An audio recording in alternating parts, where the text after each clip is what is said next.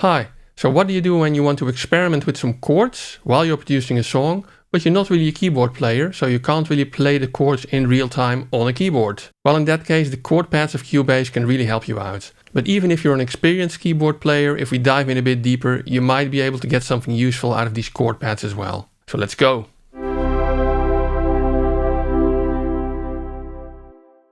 Now, in the last couple of months I did a couple of videos on chords in Cubase and how Cubase allows you to work more easily with chords even if you're not very well versed in music theory. Now, this is my third video about chords in Cubase and I've decided to put them all in a playlist for you so you can check out all chord related functionality in Cubase, and I'll put a link to the playlist at the end of this video. Now, chord pads in Cubase allow you to play with chords and choose their voicings and tensions in a very easy way. Now, in terms of harmonies and rhythms, they allow for a more playful approach to chords when you compare it to the chord track which I already presented in my first video in this series. For example, you can perform chords on your keyboard in real time, even though you're not physically able to do the fingering of these chords on your keyboard. And you can also record these performances in Cubase as if you had played the full chord on a keyboard like a real keyboard player. So let's dive in. So I'm starting with an empty project here, and to get to the chord track there are two ways. One is to open the lower zone with this button on top here and to go to the chord pads section.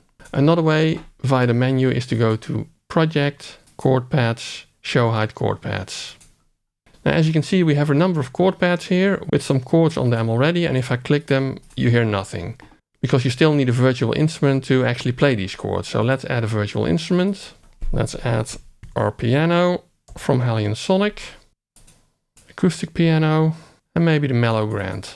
So if I now click on the pads with my mouse, you can hear the chords, but if you look at these chord pads, you can see that they're also shaped in the way a regular keyboard is shaped. So the chord pads below here resemble the white keys on the keyboard, and the chord pads above here resemble the black keys on the keyboard. And there is actually a keyboard drawn over here, and you can see that there's a little zone here which is blue, which is the pad's remote range. Which basically means that if you play those keys on your connected MIDI keyboard, then it will trigger the related chord pad and the chord pad will play the virtual instrument which is linked. So let's play some notes on my keyboard.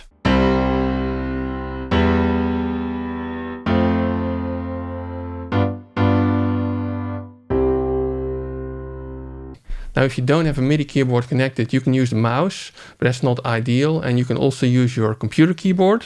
If you push Alt-K, you can see that a small on-screen keyboard appears, and you can now, for example, use the Q button as the C on your MIDI keyboard.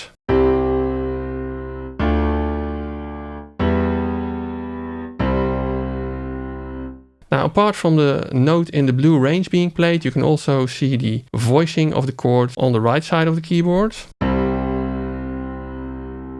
Now, apart from the voicing on the right, you can also see the voicing indicated here by the little white lines on each chord pad.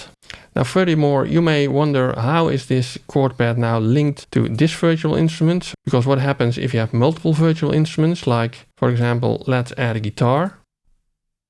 And as you can see, when I play the chord pads now, the guitar is triggered. And now the piano is triggered. So that's determined by the output mode over here. Right now we have the chord pad output mode to on, and that means that output is sent to all record enabled or monitor tracks. So right now the piano is record enabled, so we hear the piano. Guitar is record enabled, we hear the guitar.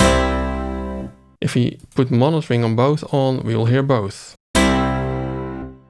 However, if you have a lot of virtual instrument tracks and regardless of which track you have selected, you want to always link the chord pad to the same instrument, you can also turn off the chord pad output mode, and in that case output is sent exclusively to record enabled or monitor tracks where input routing is set to chord pad. So let's turn this off. Right now you can see that nothing is routed to the virtual instruments anymore until on the input over here you say that you want to use chord pads as input, and now the chord pads always sound the piano, irrespective of which track I have selected or record enabled here. Let's go back to the default. Now you can of course just record something with the chord pads as well, and I will use my MIDI keyboard to record now.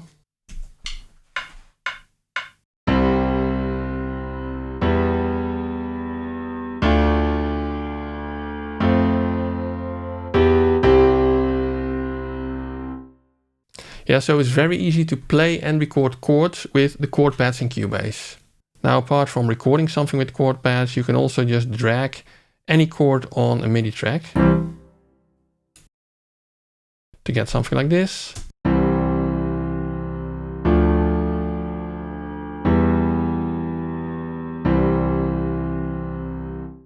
Now there's more to it of course, but before we dive in deeper, if you already like this video or find it useful, please give it a big thumbs up for the YouTube algorithm, it really helps. And what also helps a lot is if you subscribe to the channel and ring the little bell icon if you want to know when I publish another video. Now, other options to appreciate the channel is by using the super thanks button in the description below, or when you're planning to buy some gear or plugins, if you do that after clicking one of the affiliate links in the description to one of these stores, then I get a small commission of whatever you purchase, even the stuff which is not linked in the affiliate links below, and that's highly appreciated.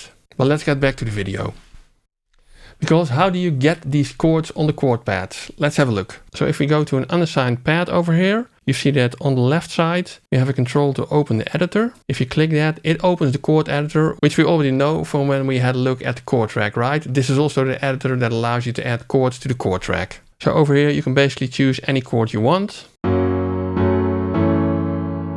And it will add it to the chord track. I can right click and unassign the pad again, because what I can also do, I can also play the chord on my keyboard. For example, assign pad from MIDI input. Let me play a chord. And as you can see, Cubase analyzed this as a D minor over C. Now if we unassign this pad again, you can also alt drag a chord from another pad onto an empty pad. I push alt and drag, and you see there's an E here as well, which I can now change via the chord editor if I want to. Now another way to assign a lot of the chord pads in one go is by using chords which you already have on a chord track. And for that I've opened another project here. You may recognize it because it's a project from one of the previous chord related videos, on which I came up with this chord progression on the chord track. And if I now go to the function menu over here, you can see that one option is to assign the pads from the chord track. Cubase warns that the operation will change all pad assignments and cannot be undone, so okay. And as you can see, pads have now been assigned according to the chords which were on the chord track over here. Now back to the original project again, because you can also swap chords on a chord pad. For example, if I drag this E7 without clicking Alt, it doesn't copy it, but it swaps it. So now the E7 is here and the empty pad moved over to the left. Now finally, there's also a way that we can use the chord assistant to assign these chord pads. If we click over here, the chord assistant opens. And we have two tabs here. We have the proximity tab and the circle of fifths tab. And the chord assistant was already explained in my previous video, so check out the playlist, which I'll link at the end. But you can basically drag any chord from here onto a chord pad. And you can also change the chord assistant to let it know that another chord is the one chord. For example, you see over here that the F is now the one chord in this chord assistant, but maybe you feel that the C should be the one chord. So you can say use C as origin for chord assistant. And right now you can see that the C has become the one chord over here and all other chords are shown in relation to the C chord. In addition, you can also see the origin chord by the blue border over here in the chord pad. Another option is to right click on a chord over here in the chord assistant. And you can say assign to pad, and then it chooses the next three chord pads to assign this chord to over here. Now as for the voicing of these chords, you may have noticed that when I trigger a chord, some of these white voicings change.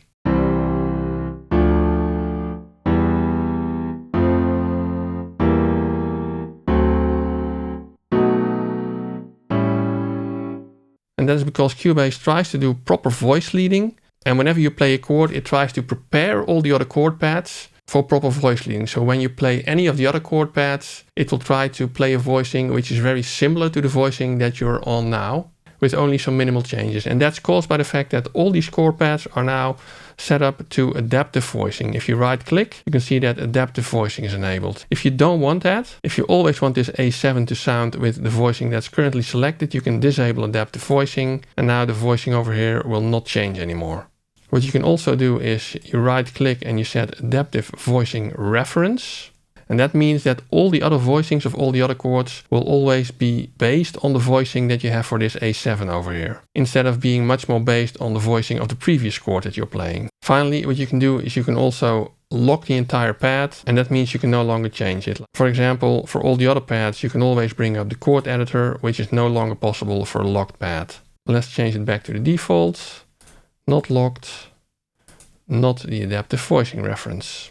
Now I've already explained that this control is to open the chord editor, but there are two other controls here, because this one over here is to adapt the voicing. If you look on the keyboard, then you can see that the voicing slowly goes up.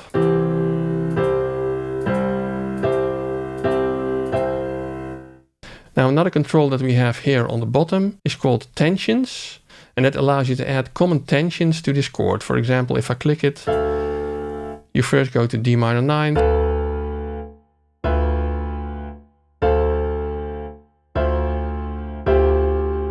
Basically the chord becomes more colorful with each tension that you add. You can of course also do this just via the chord editor by adding a 9th over here, for example, or an 11th. But the control on the bottom just provides a way to do this without you knowing music theory about which tensions sound right or not. Now with all of this, what you can also do is use presets, because you can also load chord pad presets. And this basically allows you to add a lot of chords in one go. For example, I'm now on the factory default pads, which it basically starts up with. You can go to the empty pads preset and everything is empty. There's also a preset for basically every major or minor scale. For example, if we choose the D major scale here, you can see that we get the diatonic chords of the D major scale assigned to all chord pads in order. You can also see that over here in the chord assistant. All the chords with a number over here are basically assigned to chord pads because they're diatonic in the key of D major.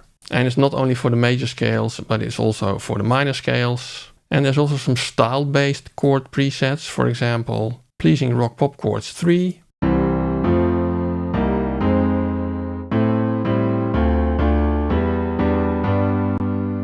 So if you just play around with some of these chord pad presets, I'm sure you will be able to come up with a lot of nice chord sequences and variations that you can use in your production. Now let's go on to the more advanced functionality.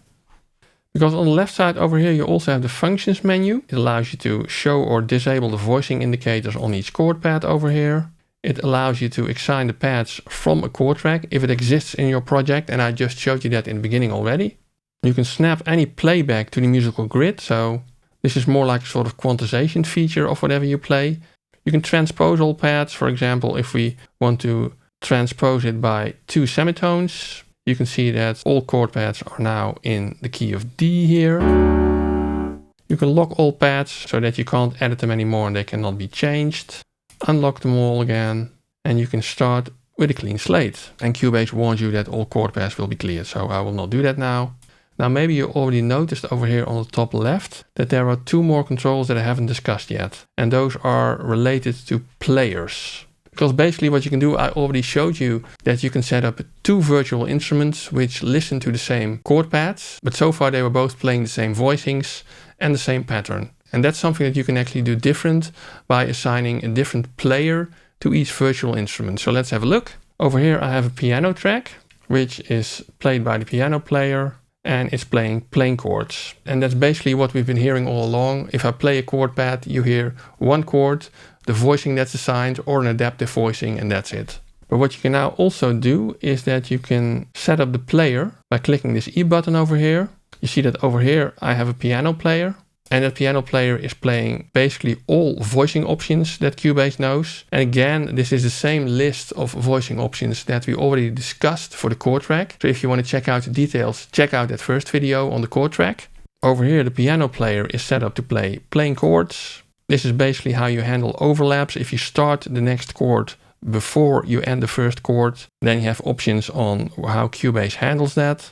But if we now go to the guitar track, so currently you're hearing the guitar. So let's actually set this to the guitar player, and then the chord voicings are different over here because you're now getting chord voicings which are more playable on a real guitar. Now for the player mode, we might not want to play plain chords, but we might want to play a pattern. Now you can import a MIDI loop for that pattern, and that MIDI loop will then adjust to the chord voicings which are selected. But you can also get a pattern from a preset, and I'm aware this kind of disappears partly below your screen. But over here you can see that we have country preset. And if I now play anything here, you can hear one that the voicings are more guitar oriented. You can hear it's not a single chord that is being played, but it's a pattern. And 3, this pattern sounds pretty nasty, but there are a lot of patterns in there, which may give you something more useful. Now we can now also, if we enable monitoring on both virtual instrument tracks, if I now play the C note, which will be the D chord, you can now hear both players, the piano player playing single chords and the guitar playing the pattern.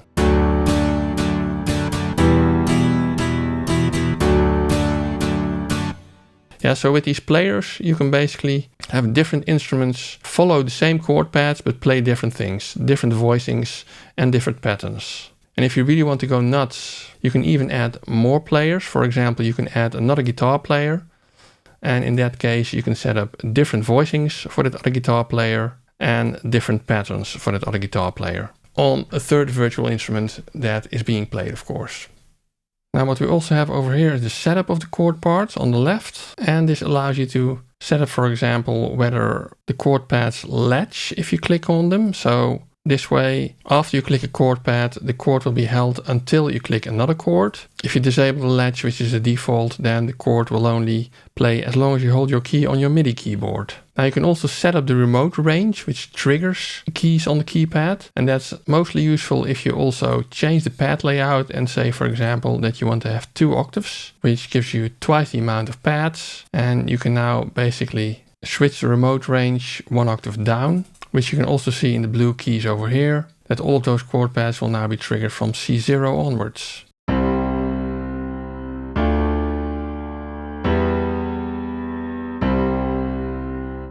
Let's get back to the default. Now you can also define modifiers on your MIDI keyboard that function in the same way as these little arrows over here. Like for example over here, this changes the voicing like I already showed you, and this changes the tension like I already showed you. That you can also do with keys on your MIDI keyboard. For example, now C#2 and C2, shown in green over here now, are used to modify voicings. Use a higher voicing, use a lower voicing. Same thing for the tensions. You can add more tensions or add fewer tensions with D#2 and D2. And you can transpose chords by using F2 and E2, which are all shown in green here to indicate that they are modifier keys. Now for the pad layout, we already saw that we can increase the number of octaves so that you have more keypads. You can define which note your chord pads start on. And if you don't like the keyboard layout, you can also set it to grid layout with 2 rows or even more if you want to have even more chords. I guess this is the maximum. So lots of options in the Cubase chord pads. Did you know about these already? Are you using them? Let me know in the comments what you're using them for, and maybe you have some nice tips for us as well. Now after you've created a nice chord sequence with these chord pads, let's have a look. For example, imagine that you have come up with this chord sequence. You can now also use this chord sequence as a chord track. For example, add chord track, and you can drag this onto the chord track. It will analyze the chords. And this means we've come full circle now, because we started with the chord track in the first video, and now we're getting back to the chord track, which you can then use again to control other tracks like I showed you in that first video. Now I know I keep referring back to these previous videos, so I put them all in a playlist for you in order, so you can check out all chord related functionality in Cubase. And that playlist will be linked right up here. So have a look, enjoy, and see you soon.